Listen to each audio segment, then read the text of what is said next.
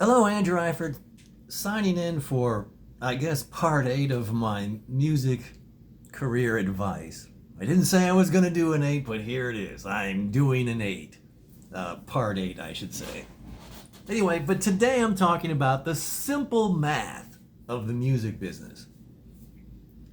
And I'm harking back to a story about a club owner that I used to work for. Well, I mean, my band used to play there at his club.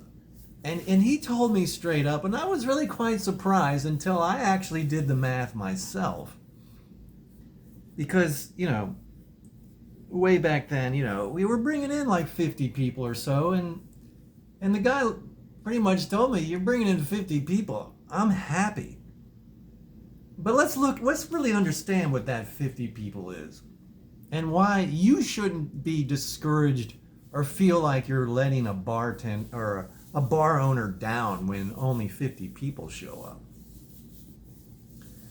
Let's start off with, let's look at the numbers. I mean, I live in the Washington, D.C. area, and going out to a nightclub, it can be expensive. Even at some of the local dive bars, drinks can range anywhere from $5 to $10, and even more if you're talking about top shelf alcohol. And then you start talking about if you're going to buy some bar snacks, some food, maybe a cover charge to get in. It's not unreasonable to think that each person is going to spend $50. Well, what's 50 times 50?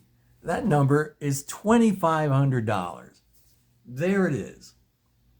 So that's the math. That's how much the club is bringing in that night.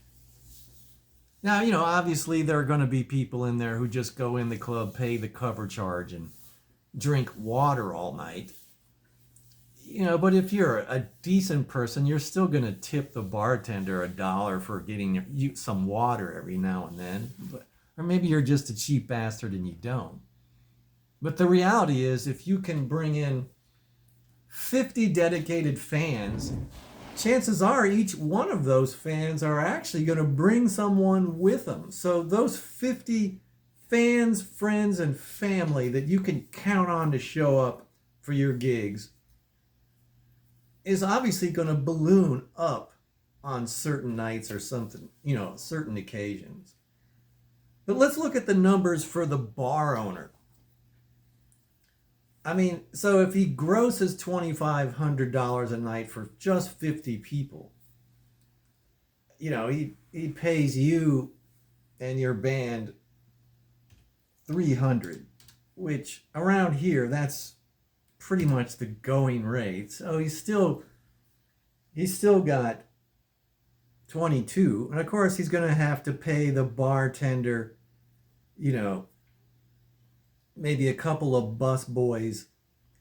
I guarantee if they're only in there for working for 4 or 5 hours that evening, and that's what you're talking about. He's probably paying $300 for those guys. So he's going home that night for $1,900. But that doesn't seem like a lot of money for a business.